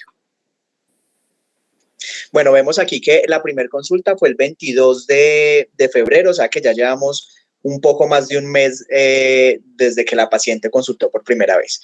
El hemograma lo podemos ver en pantalla, no hay nada pues que nos llame la atención o que de pronto esté como fuera de los rangos. Digamos que está todo dentro de lo normal. De pronto vemos que los neutrófilos están en 67.4 y en el rango nos hace referencia a 62, pero digamos que en 67 no vamos a tener pues un desnivel pues mayor o que nos asuste. Seguimos con el hemograma, tampoco vemos nada extraño. En cuanto a la química clínica, también digamos que todo le salió muy bien a la paciente, todo está dentro de los rangos, no hay ningún inconveniente a grandes rasgos. Uroanálisis también está dentro de lo normal. Y el tratamiento que se le da a la paciente es administrar aluminio hidróxido más magnesio hidróxido con o sin simeticona, suspensión oral, tomar 5 centímetros cúbicos encima de cada comida principal y antes de acostarse por 30 días. Bueno, aquí es importante que, como ya lo mencionó la compañera Nayibi, partimos, pues nos dan un tratamiento sin un diagnóstico, no teníamos ningún diagnóstico en la primera consulta, ni siquiera tampoco después de la lectura de los exámenes, entonces no sabemos en qué se basó este tratamiento. El 23 y el 24 de abril, la paciente acude al servicio de urgencias por un cuadro clínico de aproximadamente 2 meses, como ya lo veníamos hablando desde el 22 de febrero, consistente en émesis que se ha hecho más recurrente en los últimos 5 días, asociado a dolores en epigastrio y región dorsal, niega fiebre y no hay síntomas asociados. Los antecedentes patológicos ya los conocemos, ya nos los comentó allí. Revisión por sistemas, no hay nada extraño, todo está normal, los signos vitales están. Lo único que de pronto podemos notar es que la paciente ha perdido 2 kilogramos, tampoco es algo que nos asuste, pero pues podríamos empezar como a referenciarlo con algo que esté pasando. El estado general, abdomen blando, depresible, dolor a la palpación en epigastrios, sin signos de irritación peritoneal. Bueno, si me ayudan, porfa, aquí podemos leer el diagnóstico. Diagnóstico principal, dolor abdominal localizado en parte superior, y diagnóstico relacionado, náuseas y vómito. No sé si de pronto alguien nota algo pues en este diagnóstico, de pronto, ¿qué opinión les surge este diagnóstico? Yo considero que el diagnóstico principal es demasiado ambiguo y que gracias a todos los datos que tenemos podríamos dar un diagnóstico más específico. Y además que el diagnóstico diferencial aparecen son síntomas y no un diagnóstico. Bien, Karen, gracias. Sí, exactamente. De acuerdo al diagnóstico principal, pues vemos que en realidad es un diagnóstico pues muy general, pues dolor abdomen localizado en parte superior, pues no nos dice como algo concreto. Y el diagnóstico relacionado, náuseas y vómito, claramente eso no es un diagnóstico, esos son signos, síntomas de la paciente, no es un diagnóstico pues que nos vaya a aportar muchísimo. En el plan de estudio de esa noche de urgencias se le ordenan amilasa en sueros y otros fluidos, bilirrubina total y directa, fosfatasa alcalina y hemograma. Los medicamentos que la paciente recibe esa noche son esomeprazol, iosina N-butilbromuro, ondansetron, ranitidina y solución salina. En la evolución vemos que la paciente permanece en urgencias desde las 9 hasta las 12:53 de la noche. Con el anterior manejo, una vez mejora se le da egreso, paciente manifiesta mejoría del dolor abdominal, desde su ingreso no ha presentado nuevos episodios eméticos. El estado general de la paciente a la hora del egreso está bien, la paciente no refiere nada extraño. Tenemos los resultados de los paraclínicos, vemos un cuadro hemático normal dentro de los parámetros, vemos las bilirrubinas total y la fosfatasa alcalina y la amilasa. Aquí pues nos gustaría como marcar que de acuerdo a lo que hemos visto en la historia clínica no vemos como una razón pues como de peso para haberle mandado las bilirrubinas y la fosfatasa alcalina y la amilasa, pues de pronto no vemos como signos de ictericia, no vemos de pronto otro tipo de signos que nos vayan a derivar a este tipo de exámenes, sin embargo, pues están ahí. La paciente con mejoría sintomática se da egreso con fórmula médica. El diagnóstico al egreso de la paciente fue gastritis no especificada.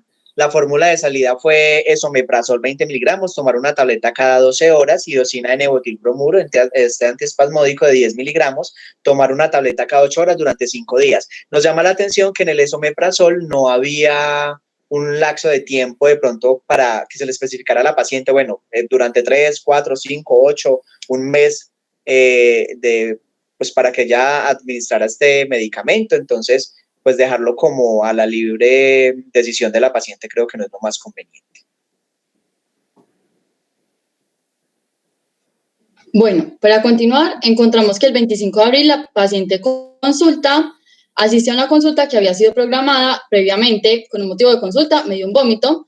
La paciente refiere cuadro clínico de aproximadamente 3 meses de evolución, consistente en dolor tipo urente, localizado en el epigastrio, sensación de pirosis y émesis de contenido bilioso en múltiples ocasiones, los cuales se exacerban con la ingesta de comida copiosas. Además, refiere que ya había consultado por esto y fue tratado con hidróxido de aluminio, esomeprazol y buscapina sin presentar mejoría.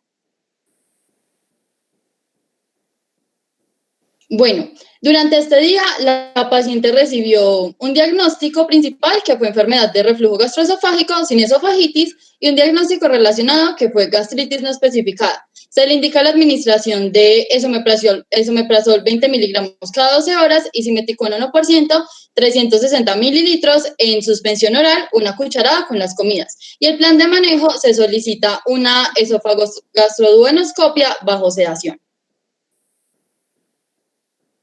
Bueno, el 30 de junio, después de 2 meses, por algunos problemas de autorización, a la paciente se le realiza la endoscopia, donde se realiza el siguiente análisis. Con respecto al esófago, encontramos que la mucosa del primer tercio distal se encuentra congestiva, eritematosa y edematizada, como se puede observar en la foto 1.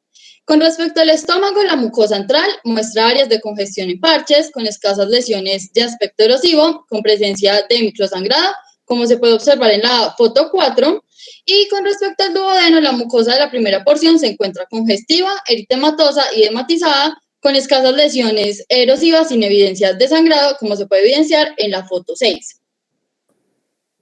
Bueno, con respecto a las otras estructuras como la laringe, el calibre del esófago, la unión cardioesofágica, el fondo del cuerpo del estómago, el píloro central, la luz sin motilidad y la segunda porción del duodeno se encuentran en condiciones normales.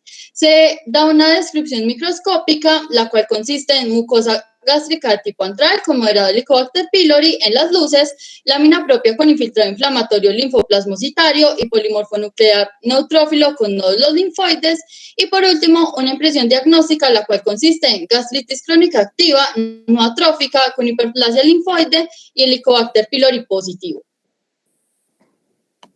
Bueno, el 3 de julio, la paciente tiene una teleconsulta donde se interpretan los resultados de la endoscopia y se clarifica el diagnóstico en el cual fue gastritis crónica no especificada y se le indica la administración de los siguientes medicamentos. En primer lugar, esomeprazol 40 miligramos, una en ayunas y otra a las 9 de la noche, acompañado de amoxicilina 500 miligramos, 2 tabletas juntas en la mañana y 2 en la noche por vía oral. Y aparte, esomeprazol 40 miligramos, una en ayunas y otra a las 9 de la noche, acompañado de claritromicina 500 miligramos cada 12 horas durante 10 días. Yo quiero saber si ustedes observando estos dos esquemas que se le mandó a los pacientes notan como algo extraño. En ese sentido, pues de pronto lo raro, la verdad es que pues usualmente el tratamiento, no sé, como vimos pues ahorita en la exposición y pues como hemos visto es un IVP junto a 2 antibióticos. Pues ahí vemos que hay una dosis poco clara realmente a nivel del IVP porque está duplicado, entonces la paciente puede malinterpretarlo, la verdad.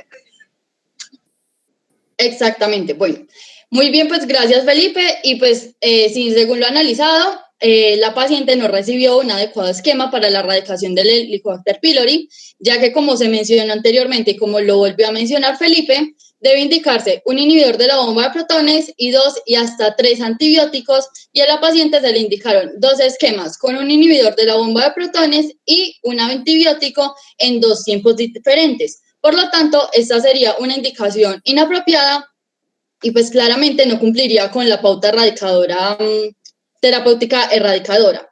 Bueno, un ejemplo, pues poniendo como un ejemplo de un esquema apropiado para la erradicación de este microorganismo, podría ser 20 miligramos de omeprazol junto con 1 gramo de amoxicilina y 500 miligramos de claritromicina 2 veces al día. Este debió haber sido como uno de los esquemas que pudo haber mandado la doctora el día que la paciente asistió. Después de esto, la paciente es remitida al especialista. Bueno, la paciente asiste el 28 de agosto a una teleconsulta con el gastroenterólogo, el cual suspende el tratamiento para la erradicación del Helicobacter pylori y recomienda el siguiente tratamiento: colestiramina 4 gramos en suspensión oral, 1 sobre al día, y domperidona 10 miligramos, 1 cada 12 horas. Y por último, pantoprazol 40 miligramos, 1 en ayunas. Con este tratamiento se encuentra la paciente hasta el día de hoy, ya que después de 2 meses aún no tiene un control. Con esto damos como por finalizada nuestra exposición, ya que pues aquí termino. Muchísimas gracias. Bueno, vamos a dar un espacio para intervención de parte de los estudiantes, inquietudes, aportes, solución de algunos cuestionamientos o reflexiones respecto a lo que ha sido este seminario, en el cual nos han mostrado la revisión teórica de todos estos aspectos relativos a la enfermedad acidopéptica. Y también nos han mostrado un resumen de una historia clínica real que es resultado de extraer la información de la historia clínica y que muestra cuál ha sido, digamos, el comportamiento en la atención de una paciente que presentó un cuadro relacionado con patología asociada al ácido. Entonces, queda abierta la discusión para que los compañeros distintos a los que expusieron, pues hagan sus comentarios, hagan sus preguntas. Aquí Esteban dice que excelente, Esteban Blanco, que le ha gustado mucho la exposición. Juan Felipe dice que súper bien, felicitaciones.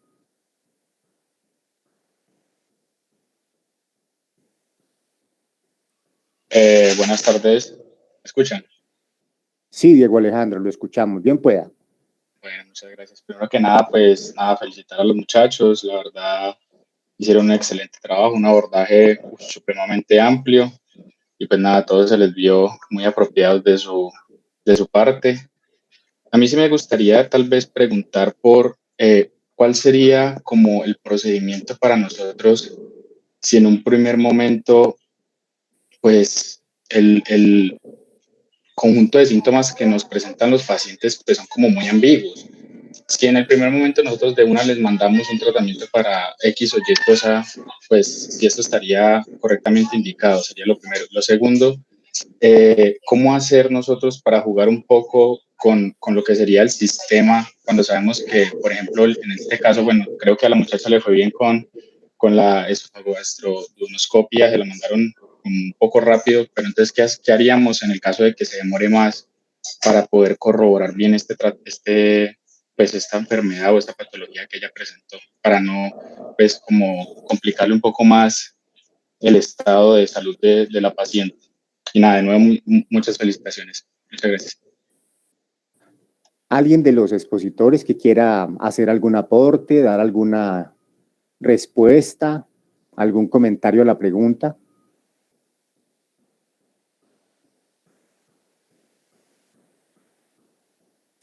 Bueno, yo pienso que respecto a lo que el compañero pregunta sobre el tratamiento, pues mandar un tratamiento sin tener diagnóstico, pues desde mi punto de vista personal y lo que he aprendido, pues pienso que eso, como resaltamos nosotros, sería un error. Diferente hubiese sido si el doctor, basado en la clínica y en los signos que puede haber presentado la paciente, hubiese tenido una impresión diagnóstica y basado en eso hubiese seguido un plan de tratamiento. Entonces, yo creo que en eso está la falla. Más allá de no estar seguros del diagnóstico, es de enviar un tratamiento sin ni siquiera tener un criterio médico para basarnos y decir, bueno, es esto, lo justifico con estas otras cosas y este es mi plan a seguir. Mandar un control y ver si la paciente tuvo mejora o no, y pues ya ahí sí tendríamos que ver qué falló y por qué la paciente no tuvo mejora si tratamos el diagnóstico que nosotros habíamos establecido. Algo para remarcar ahí es que la paciente precisamente tuvo problemas para la endoscopia porque, bueno, primero tuvo como conflictos para la sedación, para que le autorizaran la sedación, entonces vimos que hay unos lapsos de tiempo larguísimos para que la paciente fuera tratada. Como lo decía mi compañera Nayibi, la idea es que con la recolección, o sea, haciendo una muy buena anamnesis, lo que explicaba Laura en la parte semiológica, seguramente vamos a poder tener un diagnóstico de pronto que nos va a poder, que cuando tengamos un resultado de los laboratorios, esos resultados nos van a ayudar a apoyarnos en el diagnóstico que ya tenemos. Pero si tenemos una muy buena anamnesis, seguramente vamos a poder dar un tratamiento que al menos nos controle a la paciente mientras tenemos los resultados de apoyo para esa paciente. Pero vemos que no teníamos un diagnóstico, o sea, estaba todo al aire libre y no teníamos respuesta de nada. Entonces, pues formular así como libremente no tendría ningún sentido. De hecho, vimos después que la paciente le formularon un supuesto tratamiento, un supuesto esquema para erradicación de H. pylori, como lo mencionó el compañero Felipe, pues era un esquema que no estaba dentro de los parámetros, al menos de los que hemos aprendido, y después el especialista le cancela ese tratamiento para erradicación en H. pylori, como lo vimos, por ejemplo, en epidemiología y en el resto de las exposiciones. Lo principal cuando ya tenemos un diagnóstico de H. pylori es la erradicación. Entonces, pues, si la paciente ya está diagnosticada con H. pylori, ¿cómo le van a quitar el esquema de erradicación de H. pylori? Bueno, y fuera de eso no era el esquema correcto. Entonces, vemos como ahí la falla realmente en lo que hemos nosotros analizado. Bueno, de pronto agregando una pequeña cosita, es que claramente los signos no son patognomónicos, o sea, no nos va a indicar, bueno, tiene H. pylori, pero digamos que el problema surge cuando la paciente la atienden varios médicos, o sea, vemos que esto no es que solo un médico tenga la historia de esta persona. Entonces, al principio, bueno, sí, ella dijo, no, pues los vómitos, me duele después que como, el vómito está bilioso, entonces pues se mandaron unos exámenes como del hígado como para comprobar, sin embargo se descartaron. Al momento en que la volvió a ver otra persona, no tuvo en cuenta en sus exámenes. Entonces es como dicen mis compañeros, es recolectar todos los antecedentes y claramente pues los signos no son pertenecientes solo a esa enfermedad, pero si una persona sí nos refiere que la levantan en las noches como así, lo hacía esta paciente, que va a urgencias porque no aguanta el dolor, o sea, mandar una prueba de H. pylori no tiene por qué descartarse, o sea, hace parte de nuestra labor como médico y más que o sea, está en una incidencia del 80%.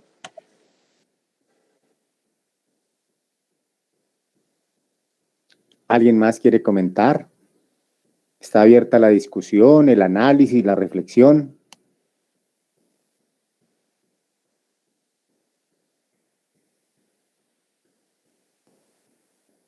Aparte de los expositores, los estudiantes que han estado, digamos, participando de recibir, digamos, la exposición, que quieren comentar respecto al caso clínico, respecto al manejo, respecto al abordaje, respecto a las conductas, respecto a la sintomatología, los paraclínicos.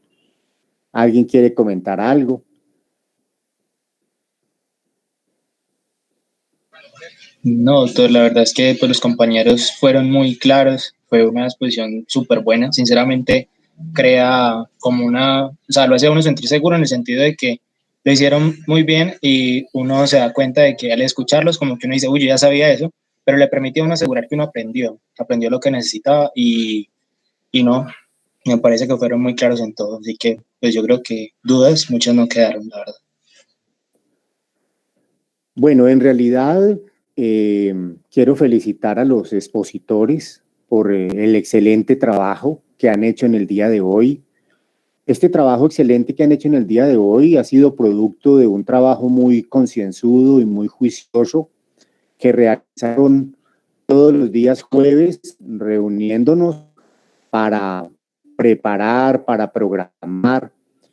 Y creo que la actividad ha sido totalmente exitosa, no solamente en cuanto a la planeación, la organización, la claridad, el tiempo que han tomado ha sido un tiempo muy bien medido, muy bien organizado, en el cual se dividió la actividad en un análisis, digamos, en el contexto básico y preclínico de la enfermedad acidopéptica, donde ellos hacen una exposición, como lo han anotado ya los compañeros, muy buena, un repaso y una integración muy estupenda de lo que son los componentes que participan en la formación de esta enfermedad.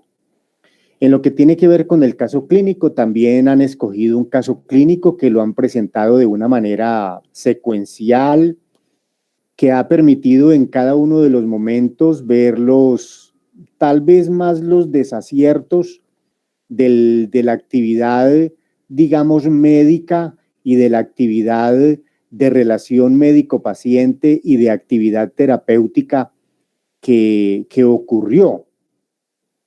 Se han puesto en evidencia cómo después de una primera consulta no hay un diagnóstico, lo cual no tiene ninguna lógica, porque uno como médico precisamente tiene una anamnesis, tiene un examen físico y con base en eso uno siempre tiene que hacer no necesariamente un diagnóstico, porque a veces uno no tiene un diagnóstico claro de entrada, pero uno sí puede hacer una impresión diagnóstica y de hecho siempre tiene que quedar un diagnóstico, así sea presuntivo, así sea un diagnóstico sindromático, que le permita a usted dos cosas. Uno, iniciar un proceso de pesquisaje o de análisis semiológico, de diagnóstico diferencial, para, como lo decía Nayibi, llegar realmente con base en ese diagnóstico a tener elementos que fundamenten un tratamiento.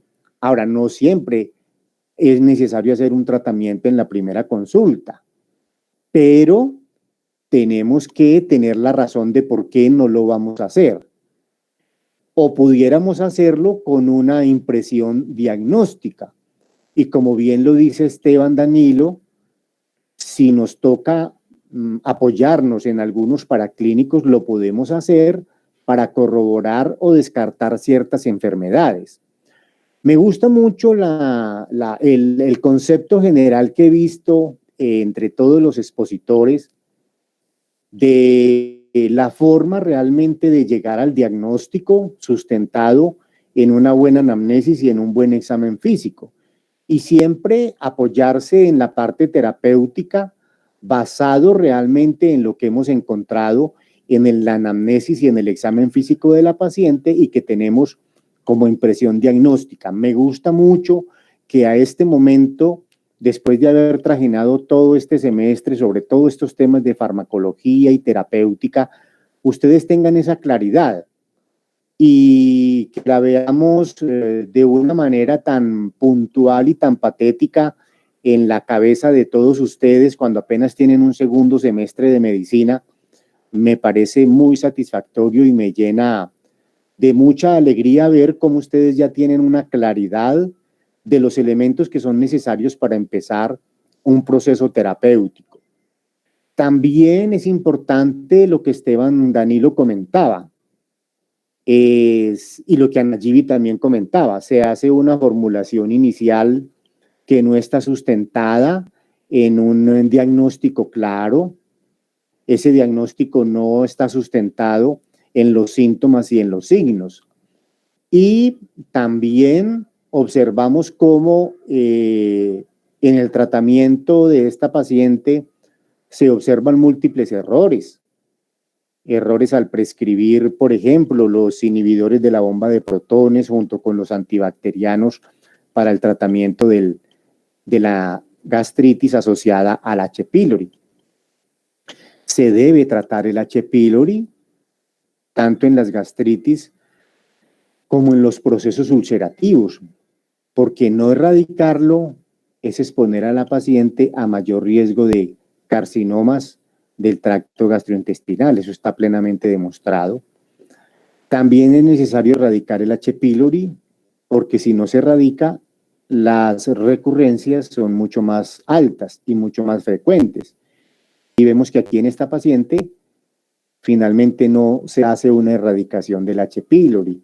Siempre es necesario corroborar que el H. pylori ha sido erradicado, bien sea con una esofagogastroduodenoscopia de control o con un test de ureasa de control, porque no erradicarlo es exponer a largo plazo a la paciente a problemas mucho más serios. De suerte que me gusta mucho todo lo que se ha hecho hoy. No me queda sino felicitar a todos los expositores y agradecerle a todo el grupo que ha asistido y que ha estado atento a lo que los compañeros han preparado y que realmente han disfrutado de un excelente trabajo que han hecho todos los compañeros. Por mi parte, muchas gracias a todos. No sé si el doctor Valencia tenga comentarios, me imagino que sí, le damos la palabra a él.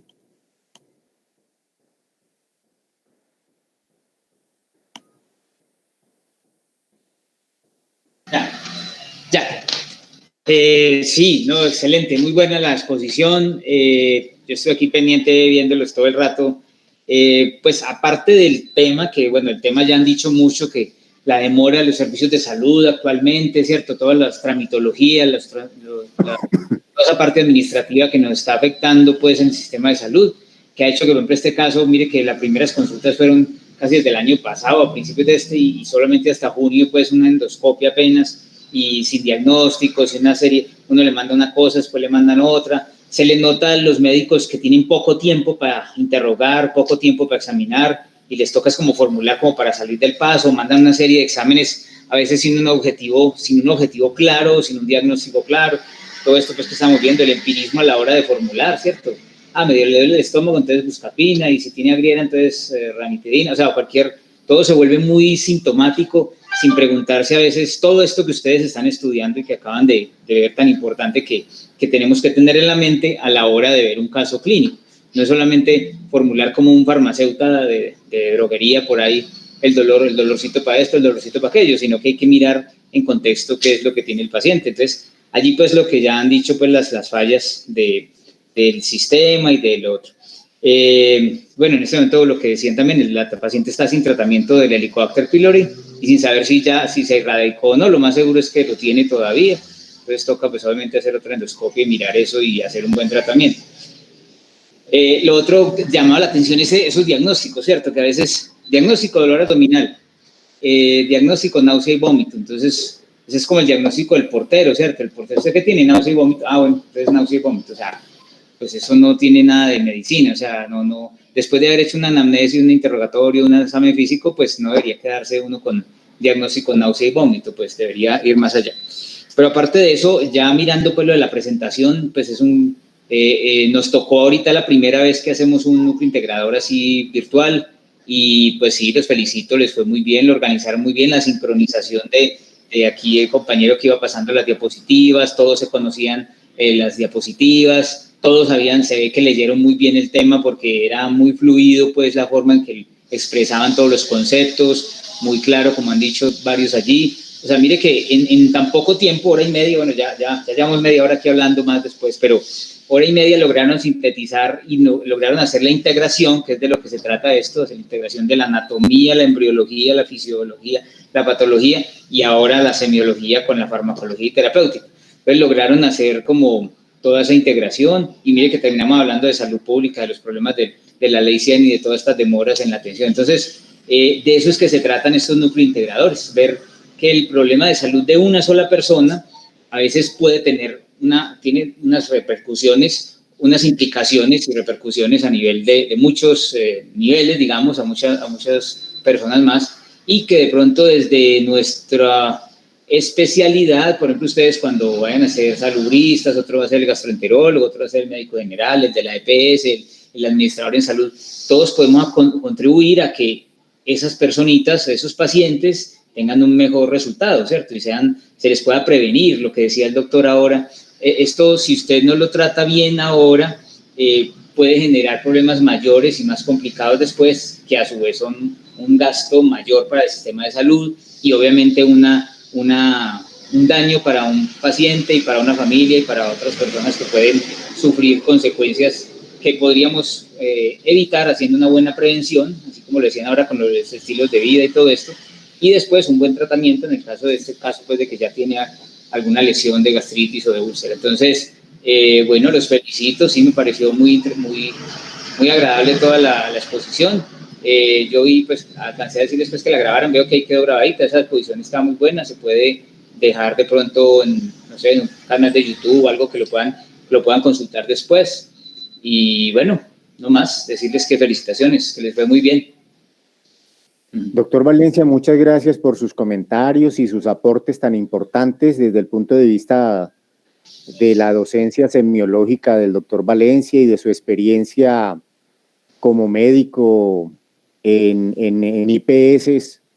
Es bastante, digamos, positivo todos esos comentarios. Y bueno, felicitar a todos los compañeros nuevamente que expusieron, al grupo, el excelente trabajo, y a todos los compañeros que participaron y que han disfrutado, digamos, de este seminario tan exitoso. Entonces, muchas gracias para todos.